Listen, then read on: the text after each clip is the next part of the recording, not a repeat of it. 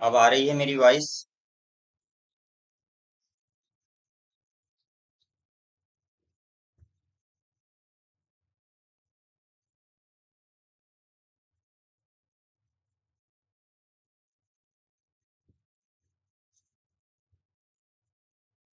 Arun Thakur, good morning, good morning. अब आ रही? हाँ, चलो ठीक है, आ गई।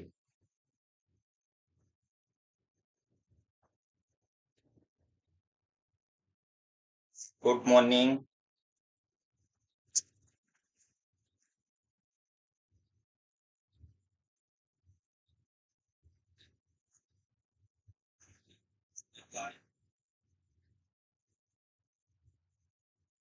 तो आज हमें क्या पढ़ना है? रेस्पिरेशन इन बैक्टीरिया, जीवाणुओं में श्वसन।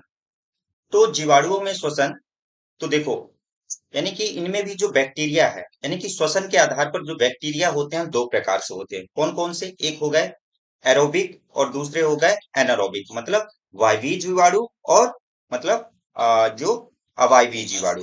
ठीक।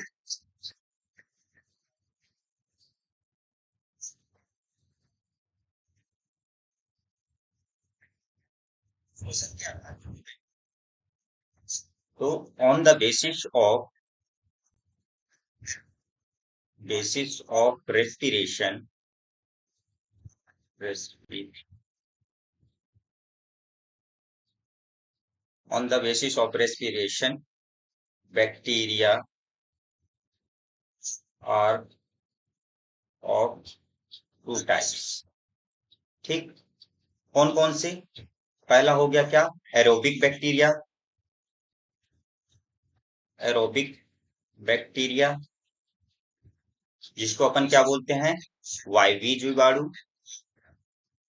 वायवीय जीवाणु। और दूसरा हो गया क्या? Anaerobic bacteria. ठीक, या एनारोब्स। ठीक। एनारोबिक बैक्टीरिया, अवायवीय जीवाणु। ठीक।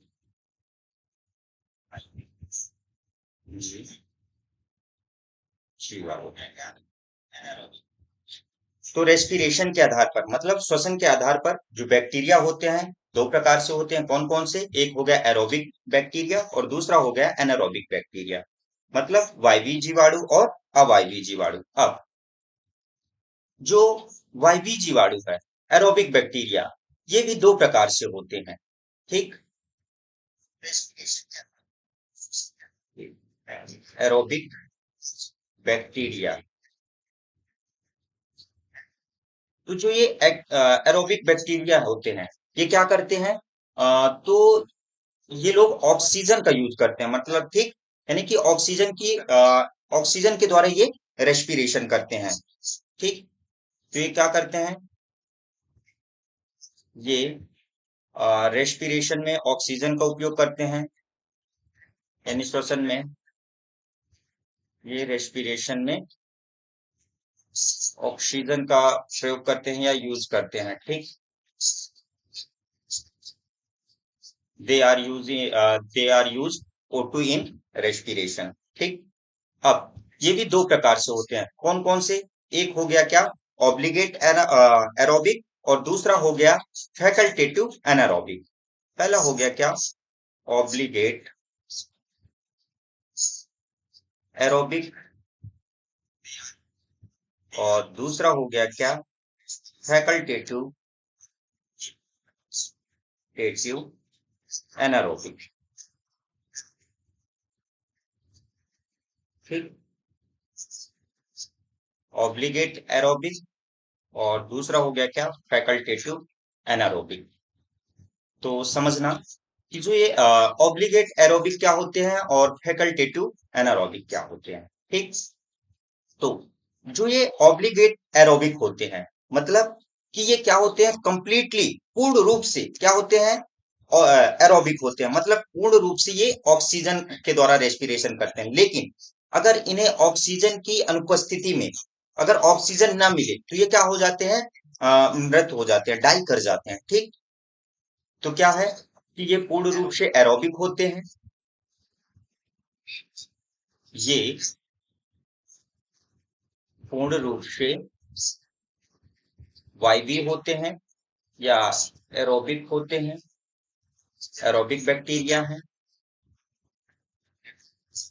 ठीक।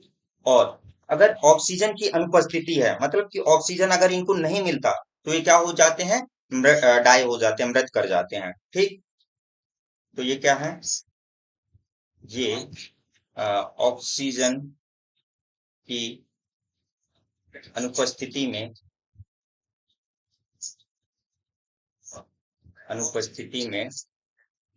डाई या मृत्यु हो जाती है, ठीक। तो ऐसे कौन से बैक्टीरिया हैं, तो अगर हम इसके एग्जाम्पल की बात करें, तो जो एरोबिक बैक्टीरिया है, एरोबिक बैक्टीरिया का एग्जाम्पल कौन हो जाएगा, तो जो एजोटोबैक्टर टाइप का होता है, ठीक। एजोटोबैक्टर, जो एजोटोबैक्टर बैक्टीरिया है वो एरोबिक टाइप का होता है, ठीक। तो एग्जाम्पल इसका क्या हो गया, एजोटोबैक्टर। अब जो फैकल्टेटिव एनारोबिक, तो ये कैसा होता है, तो ये पूर्ण रूप से कैसा है, यानी कि जो फैकल्टेटिव एरोबिक है, ये समान रूप से अगर नॉर्मली बात की जाए, तो ये है कैसा, वायवीय जीवाणु है। कैसा है, अ, ये सामान्यतः कैसा है, वायवीय जीवाणु है, ठीक। वायवीय जीवाणु है, ठीक। कैसा है, एरोबिक बैक्टीरिया, लेकिन अगर इसको ऑक्सीजन नहीं मिल रही है, ठीक, ऑक्सीजन की प्रेजेंस नहीं है, तो ये ऑक्सीजन की अनुपस्थिति में भी सरवाइव कर लेता है, ठीक। मतलब कि ऑक्सीजन की अनुपस्थिति में भी ये जीवित रह जाता है, ठीक। तो ये क्या है, फैकल्टेटिव एनारोबिक क्या है कि ये होते तो कैसे हैं, एरोबिक बैक्टीरिया, ठीक, यानी वायवीय जीवाणु, लेकिन अगर इन्हें ऑक्सीजन नहीं मिलता है, तो फिर भी ये एनारोबिक, यानी कि ऑक्सीजन की अनुपस्थिति में भी सरवाइव कर लेते हैं या जीवित रह जाते हैं, ठीक। तो ये ऑक्सीजन की अनुपस्थिति अनुपस्थिति ये ऑक्सीजन की अनुपस्थिति में भी सरवाइव या जीवित सरवाइव कर लेते हैं, ठीक। क्लियर, इतना समझ में आ गया कि एरोबिक क्या होते हैं और एनारोबिक, ठीक। अगला क्या है, जो एरोबिक में अपन क्या क्या पढ़ लिए, ऑब्लिगेट एरोबिक और फैकल्टेटिव एनारोबिक, ये दो प्रकार से, ठीक। अब पढ़ेंगे हम एनारोबिक बैक्टीरिया, जो अवायवीय जीवाणु होते हैं, ठीक। यहां तक समझ में आ गया, अच्छा इसके एग्जाम्पल लिख लीजिए, जो फैकल्टेटिव एनारोबिक्स होते हैं, ठीक। तो मतलब कि जिनमें क्या होता है, ऑक्सीजन न मिलने पर भी ये जीवित रह सकते हैं। तो सबसे पहला क्या हो जाएगा, तो एसिटोबैक्टर एसिटी, ठीक। एसी एसिटोबैक्टर, ठीक, एसिटी। और एक और होता है कौन सा, जो टिटनेस कॉज कराने वाला, क्लॉस्ट्रिडियम टिटेनी, क्लॉस्ट्रिडियम टिटेनी, ठीक। जो यानी कि टिटनेस कॉज कराने वाला बैक्टीरिया कौन सा है, क्लॉस्ट्रिडियम टिटेनी।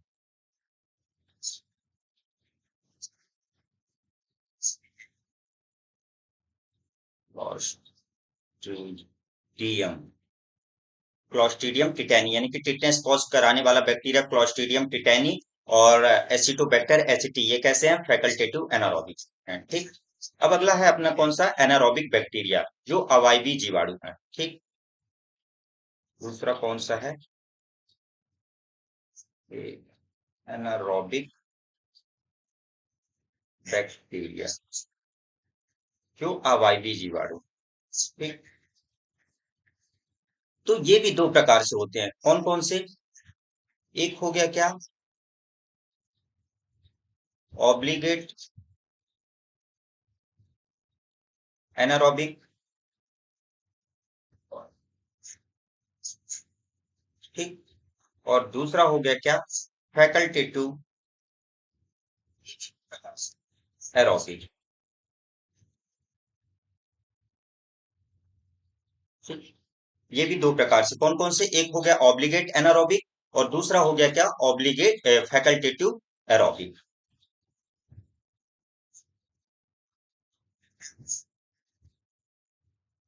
यहाँ तो दिख ही रहा होगा ना आपको। ठीक। तो ऑब्लिगेट एरोबिक क्या होते हैं, तो ये पूर्ण रूप से कैसे होते हैं, एनारोबिक होते हैं, मतलब कि ये अनुपस्थिति किसकी, ऑक्सीजन की अनुपस्थिति पर ही ये सरवाइव करते हैं। ठीक।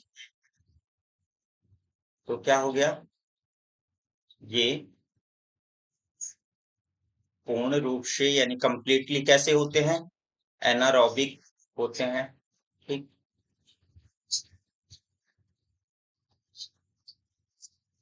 अरे एनारोबिक, ये पूर्ण रूप से एनारोबिक होते हैं, मतलब अवायवी होते हैं। ठीक। और ये क्या है, तो ये ऑक्सीजन की अनुपस्थिति पर भी यानी कि सरवाइव कर लेते हैं। ठीक। ये ऑक्सीजन की अनुपस्थिति, ठीक, ये ऑक्सीजन की अनुपस्थिति पर ये सरवाइव, या ऑक्सीजन की अनुपस्थिति में ही ये सरवाइव करते हैं, ऐसा लिखिए, अनुपस्थिति में ही सरवाइव करते हैं। ठीक। और अगर यदि इन्हें ऑक्सीजन दे दिया जाए, अगर ऑक्सीजन की ये प्रेजेंस पे आ जाएंगे तो ये क्या हो जाएंगे, ये मर जाएंगे, डेड कर जाएंगे। ठीक। क्यों, क्योंकि ये ऑब्लिगेट एनारोबिक होते हैं, ये पूर्ण रूप से अवायवीय होते हैं। ठीक। अगर इनको ऑक्सीजन दे दिया गया तो ये क्या हो जाएंगे, मर जाएंगे। अगर इसके हम एग्जाम्पल की बात करें, तो एग्जाम्पल कौन सा होता है, तो Clostridium botulinum, Clostridium botulinum, botulinum में जो लिथल टाइप कॉज कराता है। ठीक, यानी डायरिया हो गया, फिर पैरालिसिस, ये क्लॉस्ट्रिडियम बोटुलिनम बैक्टीरिया के कारण होता है। ठीक। तो इतना क्लियर हुआ। अब अगला है कौन सा, फैकल्टेटिव एरोबिक। तो फैकल्टेटिव एरोबिक यानी कि जो ये बैक्टीरिया होते हैं, मूल रूप से अगर समानता बात की जाए, तो जो ये कौन से बैक्टीरिया होते हैं, एनारोबिक होते हैं, मतलब कि ऑक्सीजन की अनुपस्थिति पे सरवाइव करने वाले होते हैं। लेकिन अगर इनको ऑक्सीजन नहीं मिल रहा है, अगर इनको ऑक्सीजन की प्रेजेंस पे भी रख दिया जा रहा, तो ये भी क्या कर लेते हैं, सरवाइव कर लेते हैं। ठीक। और इनमें एरोबिक रेस्पिरेशन करने की क्षमता पाई जाती है। ठीक। क्या होते हैं ये, सामान्यतः कैसे होते हैं, एनारोबिक होते हैं, एनारोबिक होते हैं। ठीक। लेकिन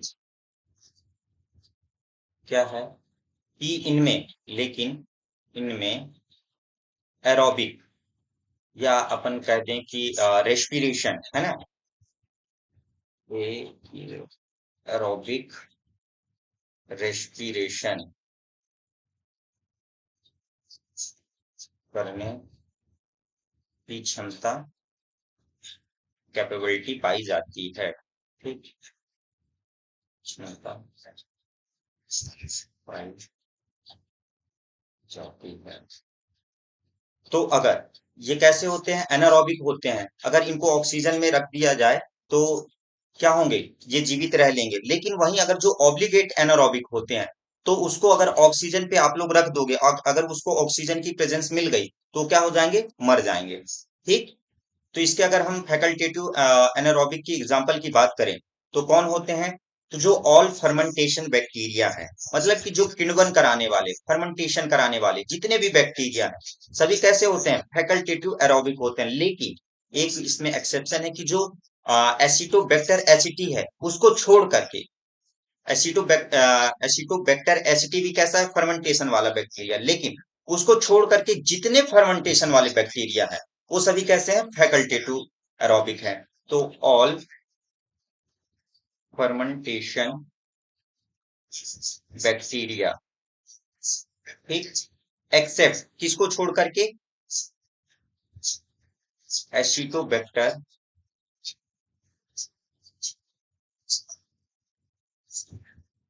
एसिटोबैक्टर एसिटी, ठीक। तो एसिटोबैक्टर एसिटी को छोड़ करके जितने फर्मेंटेशन वाले बैक्टीरिया हैं सभी कैसे कराते हैं, तो फैकल्टेटिव एनारोबिक। अगर फर्मेंटेशन वाले बैक्टीरिया कौन कौन से होते हैं, किसी को मालूम है? बताइए आप लोग कि जो फैकल्टेटिव वाले बैक्टीरिया में जो फर्मेंटेशन बैक्टीरिया कौन कौन से हो जाएंगे, फर्मेंटेशन कराने वाले कौन कौन से बैक्टीरिया हैं, बताइए आप लोग। आप लोग तो जानते ही होंगे ना कौन कौन से हैं। एक लैक्टिक एसिड वाला बैक्टीरिया, ठीक, लैक्टिक एसिड वाला बैक्टीरिया कौन सा हो जाएगा, जो लैक्टोबैसिलस है वो हो जाएगा, ठीक।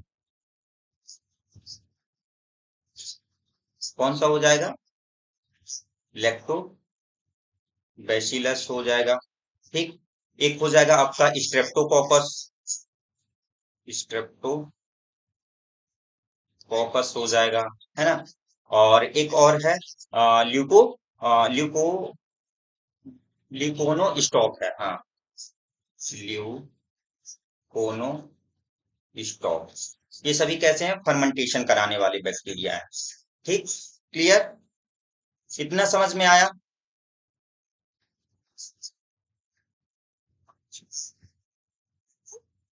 फैकल्टेटिव एरोबिक में समझ में आ गया ना? ये देखो, मैं इसको और छोटा कर दिया, ठीक। ये समझ में आ गया इतना? इस पेज में किसी को कोई दिक्कत? आ गया सभी को समझ में? अब अपन बढ़ते हैं कहाँ, रिप्रोडक्शन की ओर। तो रेस्पिरेशन सभी लोग को समझ में आ गया ना? चलिए अब बढ़ते हैं अपन कहाँ, रिप्रोडक्शन की ओर, ठीक।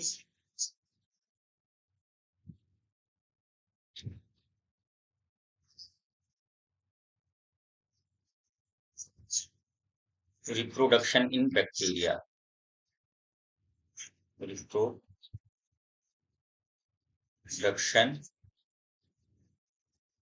इन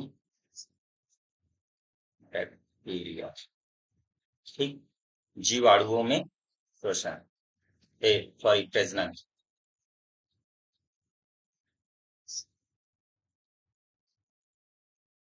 जीवाणुओं में प्रजनन, ठीक। तो जो रिप्रोडक्शन है, जीवाणुओं में प्रजनन है, यानी कि इसमें दोनों प्रकार के प्रजनन देखे गए हैं, कौन कौन से, एसेक्सुअल रिप्रोडक्शन और सेक्सुअल रिप्रोडक्शन। तो दोनों प्रकार के जो इनमें रिप्रोडक्शन है वो ऑब्जर्व किया गया है, देखा गया है, ठीक। तो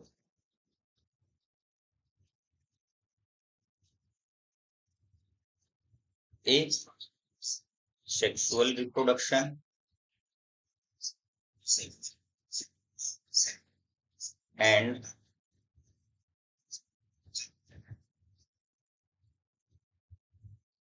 सेक्सुअल रिप्रोडक्शन,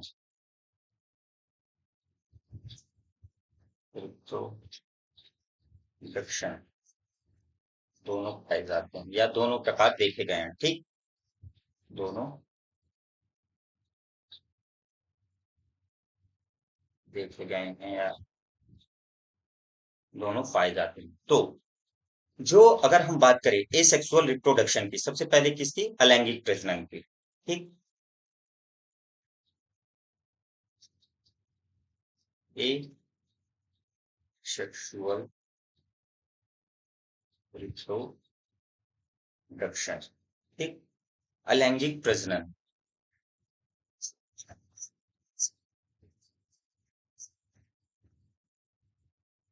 अलैंगिक प्रजनन, ठीक। तो अलैंगिक प्रजनन, तो अलैंगिक प्रजनन में भी पहला होता है कौन सा, बाइनरी फिजन के द्वारा, ठीक। पहला कौन सा हो गया, बाइनरी फिजन, मतलब एकल विखंडन विधि के द्वारा,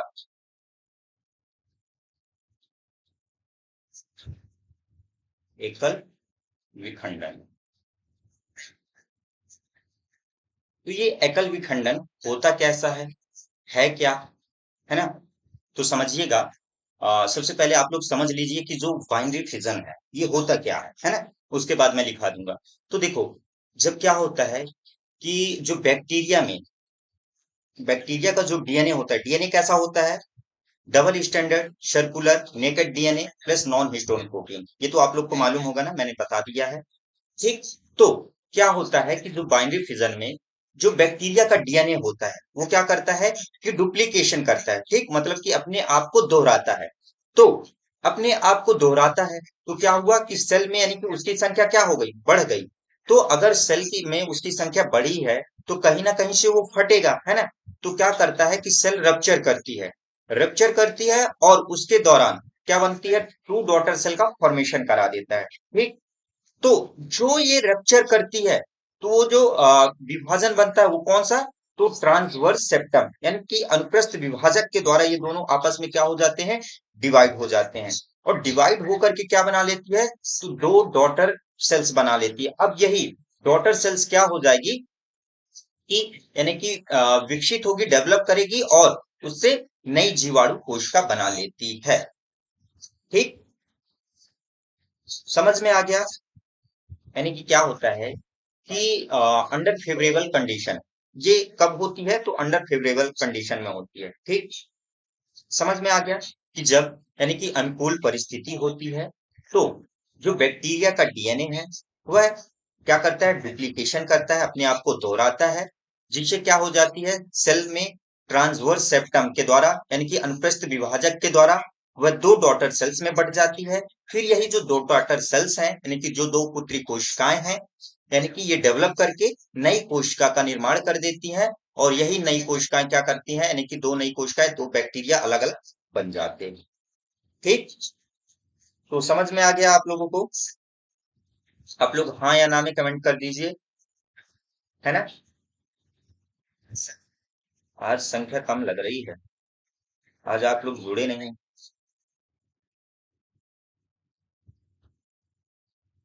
ठीक, तो इतना तो समझ में आ गया ना?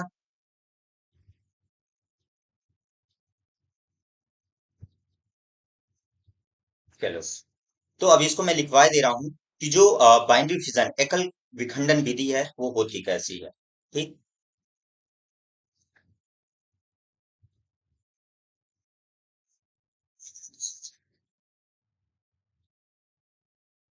ठीक, तो एकल विखंडन विधि में होता क्या है, और ये जो बाइनरी फिजन है मोस्टली किसमें होती है, यानी कि अगर हम देखा जाए कि जो बैक्टीरिया में रिप्रोडक्शन होता है मोस्टली बाइनरी फिजन के द्वारा होता है।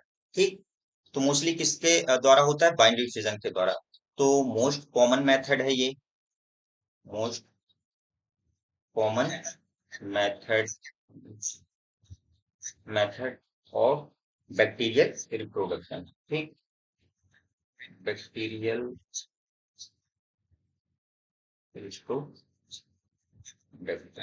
ठीक, तो मोस्ट कॉमन मेथड होती है ये, यानी कि बैक्टीरिया में जो समानता मुख्यतः जो विखंडन होता है किसके द्वारा होता है, तो बाइनरी फिजन के द्वारा होता है। ठीक, अब इसकी प्रोसेस लिखना कि क्या होता है कि जब अनुकूल परिस्थिति, ठीक, अंडर फेवरेबल कंडीशन, अनुकूल परिस्थिति, जब अनुकूल परिस्थिति होती है तो अनुकूल परिस्थिति में क्या होता है कि जो एक जीवाणु कोशिका है, एक सिंगल बैक्टीरियल सेल, ठीक, एक जीवाणु कोशिका यानी कि जो सिंगल बैक्टीरियल सेल है, एक जीवाणु कोशिका क्या करती है, तो दो पुत्री कोशिका में विभाजित हो जाती है। ठीक, तो पुत्री कोशिका यानी कि दो डॉटर सेल में डिवाइड हो जाती है, दो पुत्री कोशिका में विभाजित हो। ठीक, अब जब दो पुत्री कोशिका में विभाजित हो गई और किसके कारण हुई, मैंने बताया था कि देखो जैसे ये क्या हुआ कि ये बैक्टीरिया है, ठीक। तो जब इसमें क्या होगा कि दो न्यूक्लियस यानी कि जो डीएनए है वो क्या कर दिया कि यानी कि अपने आप को रेप्लिकेट करता है, दोहराता है, डुप्लीकेशन होता है उसमें, ठीक। तो इसमें क्या होता है कि फिर ट्रांसवर्स विभाजन होता है, ठीक। मतलब अनुप्रस्थ विभाजक होता है। तो ये दो डॉटर सेल्स में ये अलग हो जाएगा और ये अलग हो जाएगा, ऐसे दोनों अलग अलग हो गए। फिर यही दोनों क्या करेंगी, डेवलप करेंगी और डेवलप करके नई बैक्टीरिया बना लेती, ठीक।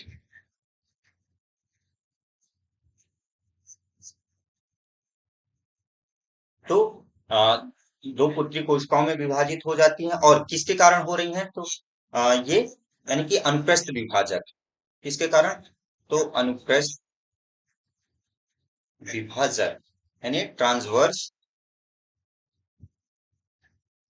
ट्रांसवर्स, ठीक, सेप्टम, किसके द्वारा, तो ट्रांसवर्स सेप्टम के द्वारा, यानी कि ट्रांसवर्स सेप्टम के कारण दो पुत्री कोशिकाएं विभाजित हो गई। तो अनुप्रस्थ विभाजक यानी कि ट्रांसवर्स सेप्टम के कारण दो पुत्री कोशिका क्या करती हैं कि अब ये जो दो डॉटर सेल्स बनी, अब ये क्या करेंगी कि यानी कि जीवाणु के रूप में यानी डेवलप करेंगे, विकसित करेंगे, ठीक। तो नई जीवाणु कोशिका में विकसित हो जाती, नई जीवाणु कोशिका में विकसित हो जाती है। समझ में आ गया ये आप लोगों को कि देखो एक बार मैं फिर से बता दे रहा हूं कि जब अंडर फेवरेबल कंडीशन होती है, ठीक, फेवरेबल सर्कमस्टांसेस, ठीक, अनुकूल परिस्थिति में जो बैक्टीरिया की कोशिका है, ठीक, यानी कि एक सिंगल बैक्टीरियल सेल की, एक सिंगल बैक्टीरियल सेल्स का जो डीएनए है तो क्या करता है, तो यानी कि विभाजन क्यों हो रहा है, ये लिख लीजिए कि जो इनमें विभाजन हो रहा है तो किसकी वजह से हो रहा है, तो डीएनए डुप्लीकेशन की वजह से हो रहा है, ठीक।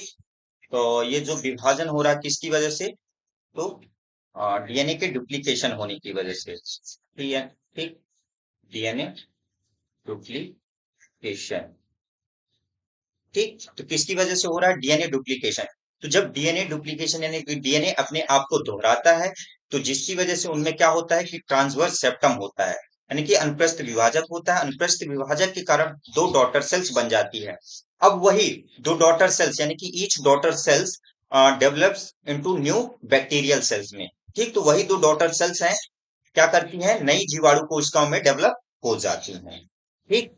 और एक मोस्ट और एक इंपॉर्टेंट पॉइंट लिख लीजिएगा कि जो ये विभाजन हो रहा है, ठीक, मतलब कि जब ये फेवरेबल कंडीशन में हो रहा है विभाजन, तो कौन से विभाजन के द्वारा, तो ए माइटोसिस विभाजन के द्वारा, ठीक। ए माइटोसिस विभाजन के द्वारा ये यानी कि फास्टर यानी बहुत तेजी से विभाजित होती हैं।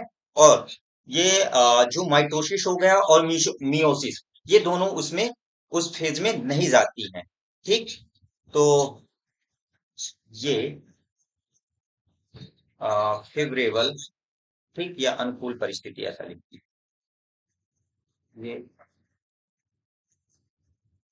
अनुकूल परिस्थिति में ये माइटोसिस, तो माइटोसिस, ठीक, असूत्री,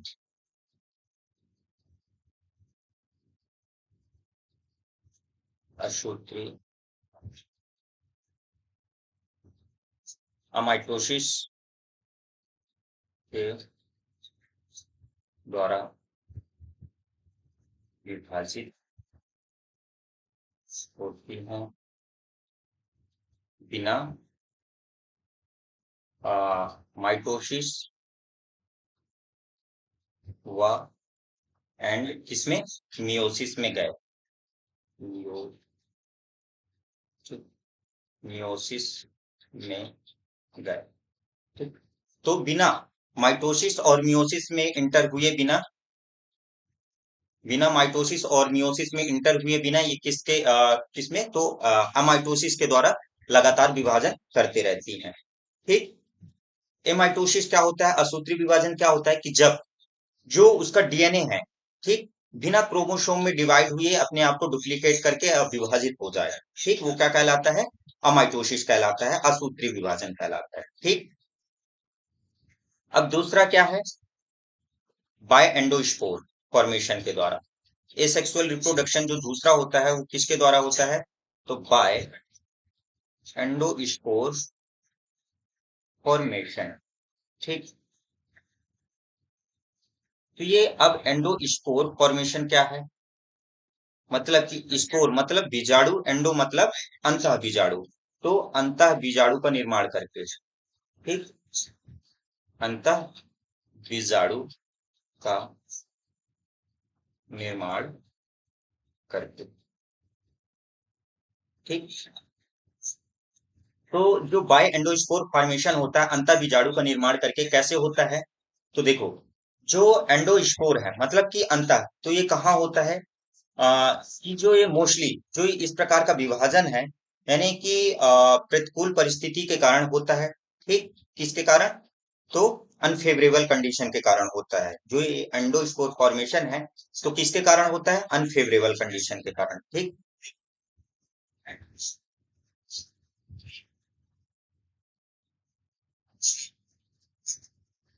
ठीक। तो जो एंडोस्पोर फॉर्मेशन है, एंडोस्पोर फॉर्मेशन, ठीक, तो एंडोस्पोर फॉर्मेशन कब होता है, तो प्रतिकूल परिस्थितियों में होता है, ड्यूरिंग अनफेवरेबल कंडीशन, प्रतिकूल परिस्थिति परिस्थिति में होता है। ठीक। तो अब जो ये एंडोस्पोर फॉर्मेशन है, ठीक, तो जो एंडोस्पोर होता है वो कैसा होता है, एक हाईली रेजिस्टेंस स्ट्रक्चर होता है, उच्च प्रतिरोधी आकृति का होता है। ठीक। कैसा होता है, ये कैसा है, तो it is highly, HIGHLY, highly resistance, ठीक, स्ट्रक्चर होता है। ये कैसा होता है, हाईली रेजिस्टेंस स्ट्रक्चर होता है, यानी उच्च प्रतिरोधी आकृति का होता है। कैसा होता है ये, उच्च प्रतिरोधी आकृति। गुड मॉर्निंग सिद्धि जी। ठीक। तो ये कैसा होता है, जो एंडोस्पोर होता है वो कैसा होता है, हाईली रेजिस्टेंस स्ट्रक्चर होता है, मतलब उच्च प्रतिरोधी आकृति का होता है। ठीक। तो अब ये जो रेजिस्टेंस है ये किसके प्रति शो करता है, तो टेम्परेचर हो गया, ठीक, टेम्परेचर हो गया, केमिकल्स हो गए, ठीक, रेडिएशन हो गया, और एंड एंटीबायोटिक्स। ठीक। एंटीबायोटिक्स मतलब कि देखो होगा कि बैक्टीरिया के लिए क्या दिया जाता है, जब बैक्टीरिया से कोई डिसीज हो जाती है तो एंटीबायोटिक्स दी जाती है। तो यानी कि टेम्परेचर में भी ये कोई कारगर नहीं होता, केमिकल्स के प्रति यानी कि कोई कारगर नहीं होता, रेडिएशन यानी कि उनका इस पे कोई असर नहीं पड़ता। ठीक। टेम्परेचर का कोई असर नहीं पड़ता, मतलब तापमान का कोई असर नहीं पड़ता है, न तो कोई रसायनों का, केमिकल्स का कोई असर पड़ता। ठीक। रेडिएशन विकिरण का कोई असर नहीं पड़ता है, तो इनके प्रति ये सब क्या है, रेजिस्टेंस होता है। ठीक। अब जो ये हाईली रेजिस्टेंस है ये क्यों होता है, आखिर इसमें क्या पाया जाता है जिसकी वजह से हाईली रेजिस्टेंस है, तो किसके कारण होता है, तो जो एंडोस्पोर होता है तो उसके केंद्रक में क्या पाया जाता है, कैल्शियम डिपोकोलिनेट नामक एक कंपाउंड पाया जाता है। ठीक। जिसकी वजह से यानी कि ये इतना मजबूत होता है कि इस पे यानी कि ना तो टेम्परेचर का कोई असर पड़ता, ना कोई केमिकल्स का असर पड़ता, ना कोई रेडिएशन, ना कोई एंटीबायोटिक्स। तो इसमें क्या पाया जाता है, कैल्शियम डिपोकोलिनेट पाया जाता है नामक एक कंपाउंड पाया जाता है, जिसकी वजह से ये बहुत ज्यादा मजबूत होता है, हाईली रेजिस्टेंस होता है। ठीक। तो किसके कारण होता है? तो इसमें क्या पाया जाता है? तो कैल्शियम डिपो डिपोपोलिनेट। ठीक, तो कैल्शियम डिपोपोलिनेट के कारण ये कैसा होता है? उच्च प्रतिरोधी होता है या ठीक, तो कैल्शियम डिपोपोलिनेट की उपस्थिति के कारण ऐसा लिख लीजिए। उपस्थिति के कारण। तो जो इंडोस्पोर फॉर्मेशन है, यानी कि इतना हाईली रेजिस्टेंस क्यों हो रहा है? क्यों है? क्योंकि उसमें क्या होता है, उसके जो केंद्रक है, ठीक, केंद्रक में कहा जो कॉर्टेक्स होता है, कॉर्टेक्स रीजन, तो वहां क्या पाया जाता है? कैल्शियम डिकोकोलिनेट पाया जाता है। ठीक, जिसकी वजह से ये इतना ज्यादा मजबूत होता है। ठीक, और जो ये एंडोस्पोर फॉर्मेशन है, ये किसमें देखा जाता है? तो जो मोस्टली जो बैसिलस टाइप के बैक्टीरिया होते हैं, ठीक, बैसिलस टाइप मतलब कि जो रॉड से छड़ के आकार के बैक्टीरिया होते हैं। कोई एग्जांपल बता दीजिए कि जो रॉड से स्ट्रक्चर वाले बैक्टीरिया कौन कौन से हैं? तो ये मोस्टली कहाँ देखा जाता है? तो मोस्ट ऑब्जर्व इन इसमें bacillus bacillus type of bacteria. ठीक, बैसिलस टाइप्स मतलब कि जिनमें रॉड शेप्ड स्ट्रक्चर, रॉड से स्ट्रक्चर। ठीक, कौन कौन से हैं बैसिलस टाइप के? बताइए आप लोग। बैसिलस एंथ्रासिस हो गया, बैसिलस सबटाइलिस हो गया, थायोबैसिलस हो गए, ये सभी बैसिलस टाइप के ही बैक्टीरिया के तो एग्जाम्पल हैं। ठीक, तो यहाँ पे क्या हुआ कि जो एसेक्सुअल रिप्रोडक्शन हुआ वो खत्म। अब बढ़ते हैं कहाँ की ओर? सेक्सुअल रिप्रोडक्शन की ओर। ठीक, तो यहाँ तक तो कोई क्लियर, सब कुछ क्लियर हो गया ना?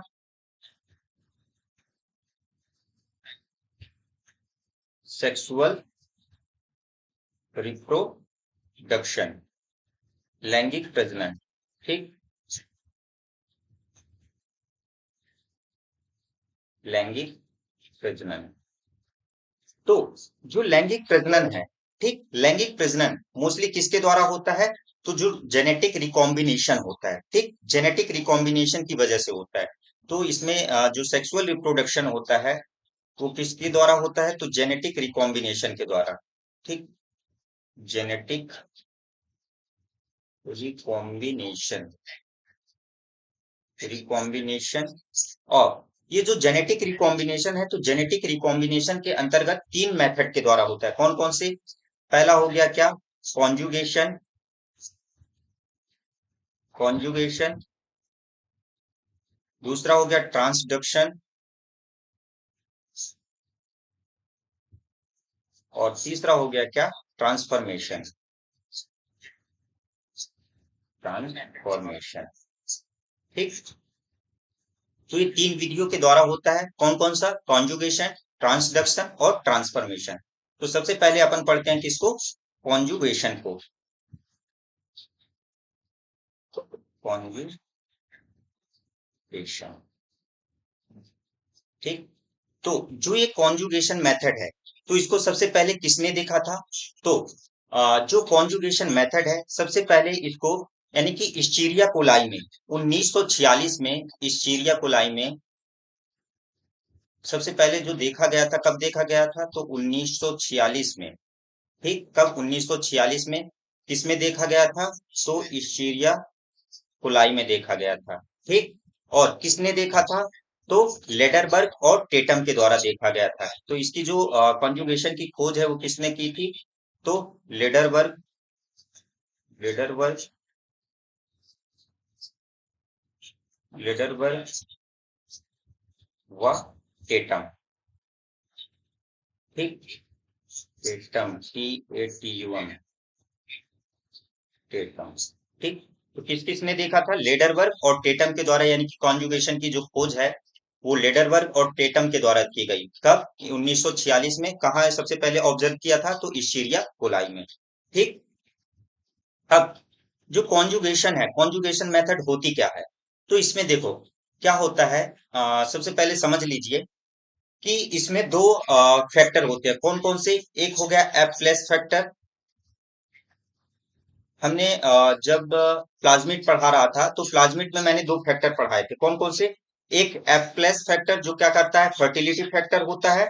और एक एफ माइनस सेल्स वाली जो होती है वो क्या होती है, फीमेल होती है। ठीक, उनमें फर्टिलिटी फैक्टर नहीं पाया जाता है। ठीक, तो जब एफ प्लस फैक्टर और एफ माइनस फैक्टर दोनों को क्या करते हैं, मेटिंग कराया जाता है। ठीक, तो जो एफ प्लस वाला होता है उसमें क्या होता है, फर्टिलिटी फैक्टर पाया जाता है। वो कैसा होता है, मेल होता है और डोनर होता है।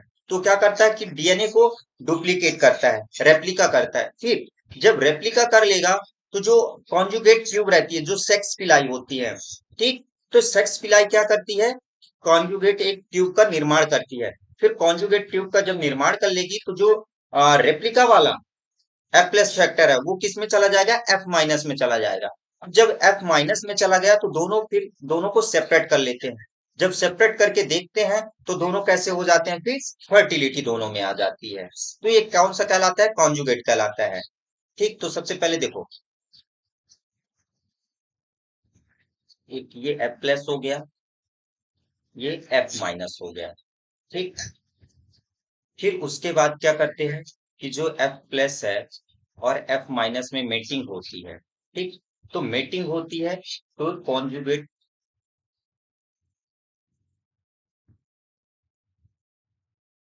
कॉन्जुगेट ट्यूब का फॉर्मेशन होता है, कॉन्जुगेट ट्यूब निर्माण कर लेते हैं। ठीक, फिर अब यही कॉन्जुगेट ट्यूब क्या करती है,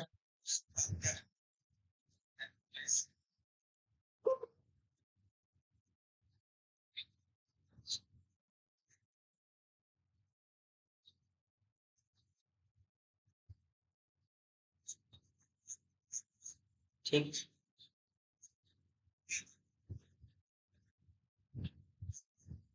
उसके दौरान फिर ये जो फर्टिलिटी फैक्टर था इसमें चला जाएगा।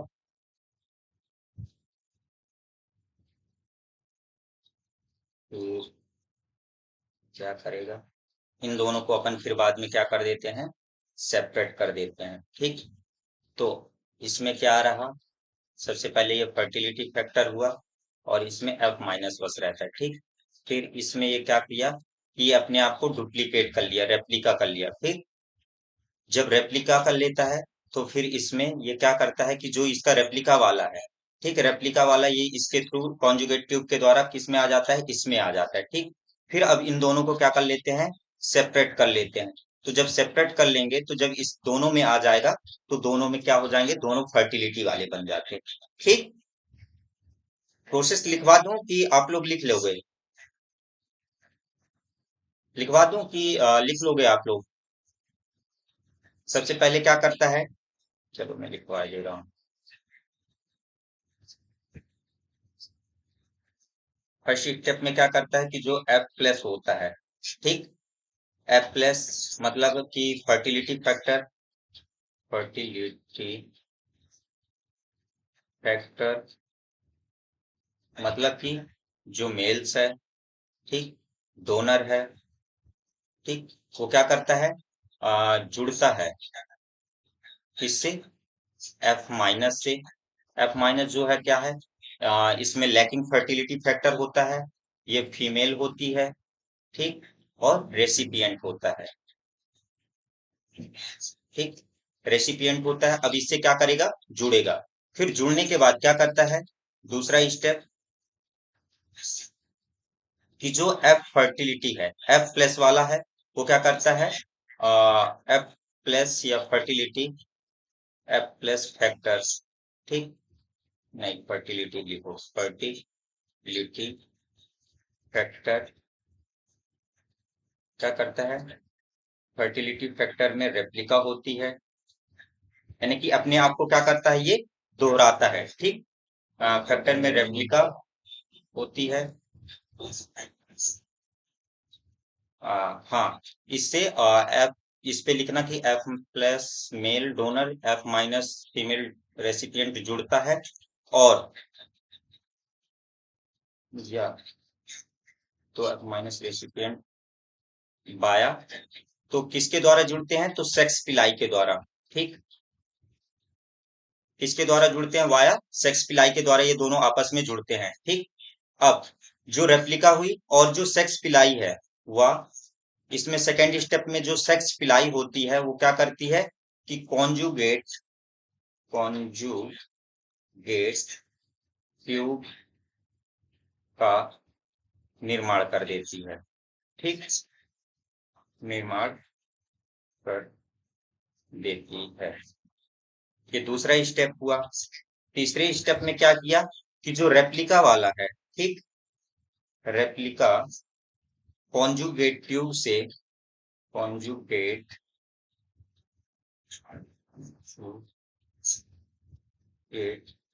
ट्यूब से F माइनस की ओर चली जाती है। ठीक, चली जाती है। अब ये F माइनस की ओर चली गई तो फिर इसको बाद में क्या कर दिया, कंक्लूड करने के लिए क्या करते हैं, इन तीनों को यानी कि ये दोनों को क्या कर दिए, सेपरेट कर दिए। अब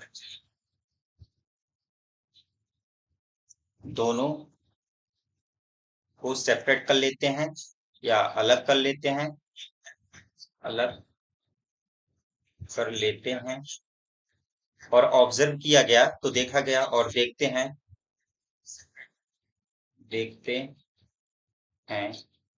कि दोनों में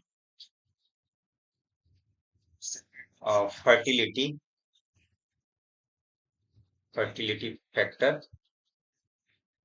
मौजूद होते हैं।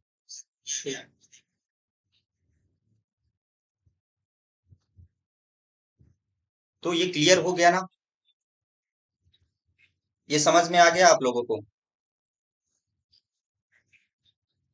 फिर इसके बाद आगे बढ़ते हैं कहाँ की ओर, तो जो ट्रांसडक्शन है, ट्रांसडक्शन या ट्रांसफॉर्मेशन, इसको अपन कल करा दें क्या? तो थोड़ी सी डीप मैं दिए दे रहा हूँ कि जो ट्रांसडक्शन है, ट्रांसडक्शन को किसने खोजा था? तो 1952 में जिंडर एंड टेटम, ये जो टेटम, इसमें भी कॉन्जुगेट में जो टेटम थे वही जिंडर एवं टेटम के द्वारा 1952 में कौन से कहाँ पे खोजा गया था? तो साल्मोनेला टाइफीम्यूरियम, जो टाइफाइड कॉज कराने वाला बैक्टीरिया होता है, उसमें देखा गया था। ठीक, तो उस मेथड को किसमें देखा, जो ट्रांसडक्शन मेथड है वो किसमें देखा गया था? तो साल्मोनेला टाइफीम्यूरियम में। ठीक, और किसने देखा था, किसने ऑब्जर्व किया था? तो जिंडर एंड टेटम ने। कब किया था? 1952 में किया था। ठीक, और जो ग्रिफिथ का है, तो ग्रिफिथ का दिया, सॉरी, ट्रांसफॉर्मेशन है इसका नामकरण, उसको दिया था ग्रिफिथ ने 1928 में। ठीक, तो अपन कल पढ़ते हैं ट्रांसडक्शन और ट्रांसफॉर्मेशन, है ना?